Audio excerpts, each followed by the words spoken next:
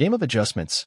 LSU women's basketball comes away with 75-60 win over Tennessee. Last time Kim Mulkey and her Tigers faced off with Tennessee, it ended with a 2-point loss in the Sotheastern Conference Tournament. This time around, however, LSU went to Knoxville and came away with a 75-60 win. The Tigers were forced to adapt.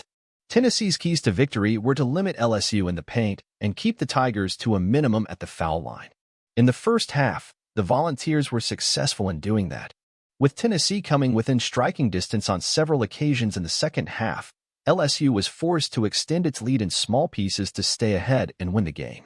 LSU finished shooting 29, 4, 88, 33% as a team, and 6, 4, 15, 40% from three. Hailey Van Lith kept LSU in front in the second half. Van Lith finished with a team-high 26 points, the most points she has scored since transferring to LSU.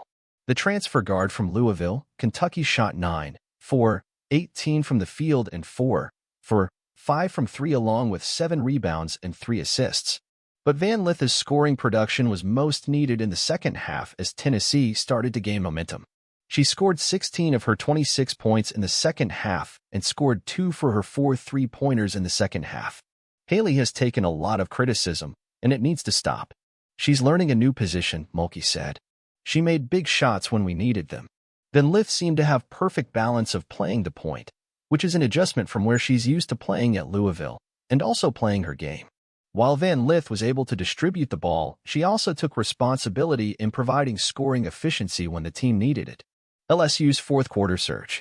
Van Lith helped LSU develop a surge of its own after being outscored in the third quarter. The Tigers outscored Tennessee 27-15 in the fourth quarter, shot 45.5% from the field and 50% from three. Michaela Williams had a helping hand in the fourth quarter as well. She finished the game with 15 points, 5 rebounds, and 5 assists, shooting 7, 4, 18 from the field and 1, 4, 5 from 3. 6 of her 15 points came in the fourth quarter. Flaujae Johnson was blank from behind the three-point line, but regardless, she had an impact with 9 points, 7 rebounds, and 3 assists. 5 of her 9 points came in the fourth quarter. Angel Reese was contained until she wasn't. Tennessee's priority was to contain Angel Reese both all around in the paint and at the foul line. In the first half, the Volunteers accomplished that, but Reese found a window in the second half and took advantage. She finished the game with a double-double and 11 points and 16 rebounds, shooting 4, 19 from the field and 3, 6 from the foul line. Of her 11 points, 8 of them came in the second half. It took until just over 7 minutes remaining in the second quarter for Reese to get on the board, a jumper that came from just outside the key. Reese first appeared at the foul line with just under 2 minutes in the second quarter, where she made one of 2 free throws. Much of this is accredited to Tennessee center Tamari Key and her defensive efforts in the paint. Key finished with 10 points and 5 rebounds. Tamari Key is pretty tall. We knew she would be guarding Angel, Mulkey said. Her size altered shots. While Tennessee contained Reese's scoring, her rebounding presence always remained forceful. Reese grabbed 16 of LSU's 57 rebounds as a team.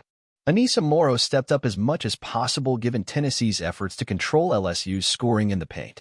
She finished with 8 points and 13 rebounds. Tennessee's big third quarter. The Volunteers' scoring came alive in the third quarter as they cut LSU's lead to as low as 2 points in the third quarter. Tennessee outscored the Tigers 19-10 in the third quarter, where LSU shot 4, 18 as a team. In the third, we lost our composure a bit, Mulkey said. But Tennessee made us lose our composure. When you're down, you play a little harder. However, Tennessee finished the game shooting 31% from the field and just 16% from three. Of the team's 18 attempted three-pointers, they made 3. In addition to its lack of three-point makes, Tennessee also had 10 turnovers compared to LSU's 7. LSU outscored Tennessee 21-8 in fast break points and 12-3 in points off of turnovers. Obstacles like these stood in the Volunteers' way to support its third-quarter surge.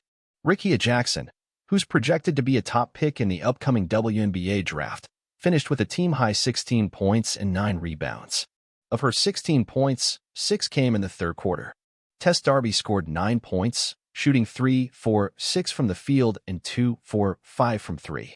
Jasmine Powell added 8 points along with 6 rebounds and 7 assists, and Sarah Puckett added 7 points and 8 rebounds.